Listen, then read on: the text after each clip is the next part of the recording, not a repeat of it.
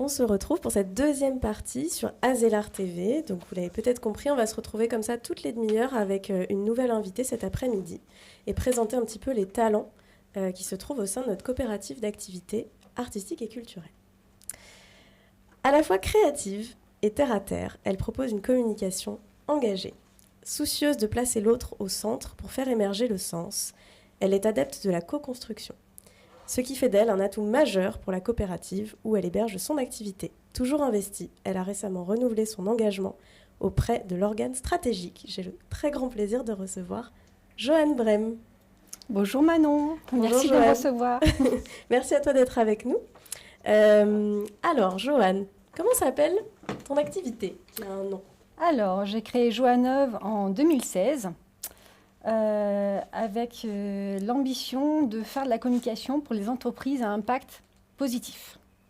Voilà, c'est ce que j'allais dire. Tu as un parcours de communicante, tu étais directrice artistique pendant très longtemps dans une grande agence, un grand groupe, et tu as pris le virage de l'indépendance, c'est ça? Est-ce que tu peux nous en dire plus sur ton métier et sur la façon dont tu l'envisages et dont tu as envie de le pratiquer? Alors, c'est vrai que d'avoir créé cette marque Joanneuve, c'est la possibilité de mettre mon empreinte dans cette activité. J'ai mis déjà un petit peu de mon prénom, vous l'avez bien remarqué, voilà, Joanne de Joanneuve. Et puis, c'est vrai que j'aime bien aussi l'innovation, et l'innovation en sens large du terme. C'est-à-dire que pour moi, innover ne se restreint pas, même si j'aime beaucoup tous les métiers technologiques, ça ne se restreint pas aux innovations technologiques, mais on peut innover dans les méthodes, on peut innover dans ces process à plein d'endroits différents. Et c'est vrai que souvent, chez Graines de Sol Azelar, on innove aussi, ne serait-ce que par le modèle entrepreneurial. Et c'est ce que j'ai aimé, et c'est aussi pour ça que je suis là depuis 2016. Alors, on va parler un petit peu après de tes méthodes et notamment d'une de tes dernières propositions de prestations. Mais avant ça, est-ce qu'on peut avoir un petit paysage des prestations que tu proposes à l'heure actuelle? Donc moi, je suis graphiste à la fois print et digital. Donc je fais de la communication aussi bien sur les supports imprimés que digitaux. Je fais également aussi un petit peu de motion design pour donner vie à mes créations graphiques et amener du mouvement pour des clips vidéo. Et voilà, en quelques mots. Ok. Et la méthode que tu utilises, est-ce qu'il y a une méthode particulière à ça? Alors, la méthode est a priori la même que pour tous les graphistes, c'est-à-dire que pour bien faire son travail, il faut commencer par écouter.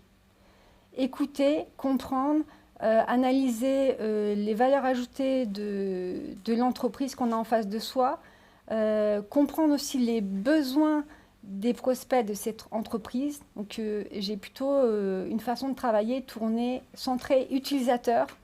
Je pense à l'utilisateur final, qu'est-ce qu'il a besoin de comprendre, qu'est-ce qu'il a besoin de vivre pour dire « Ah oui, ça c'est l'offre rêvée dont j'ai besoin ». Et justement, les utilisateurs, alors il y a les utilisateurs, mais il y a aussi tes clients. Est-ce que tu as une typologie de clients particuliers à qui tu adresses tes prestations? Alors, j'aime beaucoup travailler avec les entreprises à impact positif. Alors, qu'est-ce qu'on entend par impact positif? Qu'est-ce que j'entends moi personnellement? En fait, c'est tout simplement des entreprises qui partagent mes valeurs. Donc, ce n'est pas forcément des entreprises qui sont dans une démarche RSE avec une certification, etc. Mais c'est plutôt des personnes qui agissent au quotidien dans leur cœur d'activité ou dans leur façon de faire pour amener plus de sens à leur action et avoir un impact sur la société. Donc ça peut être sur un volet sociétal comme environnemental, mais en tout cas, leur activité, leur cœur de métier favorise ce dont la société a besoin aujourd'hui.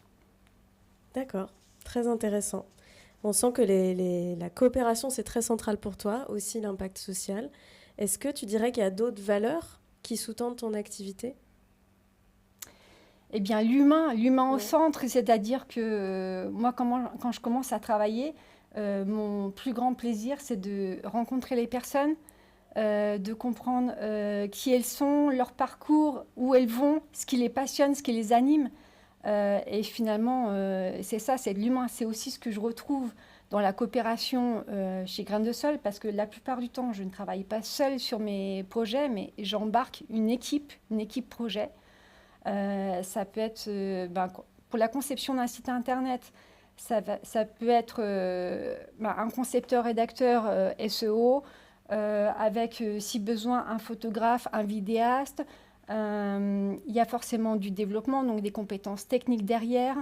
Et puis, on peut aller plus loin au niveau du référencement pour des ambitions de ce côté-là importantes. Donc, j'ai différents partenaires dans mon réseau pour répondre à ça. Quand je travaille sur un clip en motion design, je peux faire appel éventuellement à une voix off, à un ingénieur du son, à un compositeur. Et voilà, toutes ces ressources humaines vont m'aider à construire un projet pertinent pour le client. Et je fais vraiment mes équipes en fonction du besoin. Voilà, donc finalement, c'est ce que j'allais dire, au-delà de ton expertise personnelle en direction artistique, en graphisme, tu as la capacité de mobiliser tout un réseau, en fait, pour t'accompagner. Ça, c'est quand même très important et rassurant, j'imagine, du point de vue du client. Du coup, on a très envie de voir ce que tu fais. Est-ce qu'on peut voir un petit peu tes réalisations ? Oui, alors vous pouvez les retrouver sur mon site joanov.fr, mais je voudrais peut-être surtout vous parler de mon offre Révélosens, en fait, que j'ai construite pour être vraiment alignée avec ce que j'ai envie d'apporter par mon expertise. En fait, je pars du principe que pour bien comprendre un sujet, il faut le voir. Et la création graphique permet d'amener un niveau de compréhension supérieur qu'on n'aurait pas avec un long discours. Donc c'est ce que j'aime faire avec cette offre que j'ai créée de démonstration graphique qui se passe en fait en 3 étapes. Il y a une étape de clarification où je vais aller très profond dans le sujet avec le client qui prend le lead ou qui se laisse accompagner pour moi pour aller explorer en fait toutes les profondeurs du sujet, identifier quels sont les arguments clés et qui sont intéressants à mettre en avant du point de vue de l'utilisateur toujours. Et une fois qu'on a identifié ces arguments, on peut déjà définir les enjeux, la stratégie de la création graphique. Et puis après, c'est moi qui passe à l'action pour transformer tous ces arguments en création visuelle à l'image de l'entreprise qui vont pouvoir aider à la vente. Voilà. Ok, donc vraiment une proposition de mener le projet de A à Z. Et on sent que vraiment, tu as une compétence très complète à cet endroit-là. Oui, avec aussi finalement une grosse dimension accompagnement. Ouais. C'est-à-dire qu'il y a pas mal de clients en fait, qui n'ont pas forcément des compétences de communication en interne et qui se laissent guider par les services que je propose. Oui, ouais. Donc c'est une plus-value aussi par rapport à ce que peut proposer un graphiste au départ, de aussi comprendre comment on construit une communication pour le client. Ça n'est que de la valeur ajoutée. Tout à fait. Donc, je peux aussi bien finalement travailler avec un service de marketing qui connaît toutes les bases du métier ou avec une personne dont ce n'est pas le cœur du métier et qui a besoin d'être beaucoup plus accompagnée. Ouais. Et ça te rend très appréciable et puis très facile à comprendre dans ton expertise. Merci beaucoup. Moi, j'ai eu plein d'explications. J'ai découvert encore plein de choses que je ne connaissais pas. Donc, je te remercie beaucoup d'être venue aujourd'hui.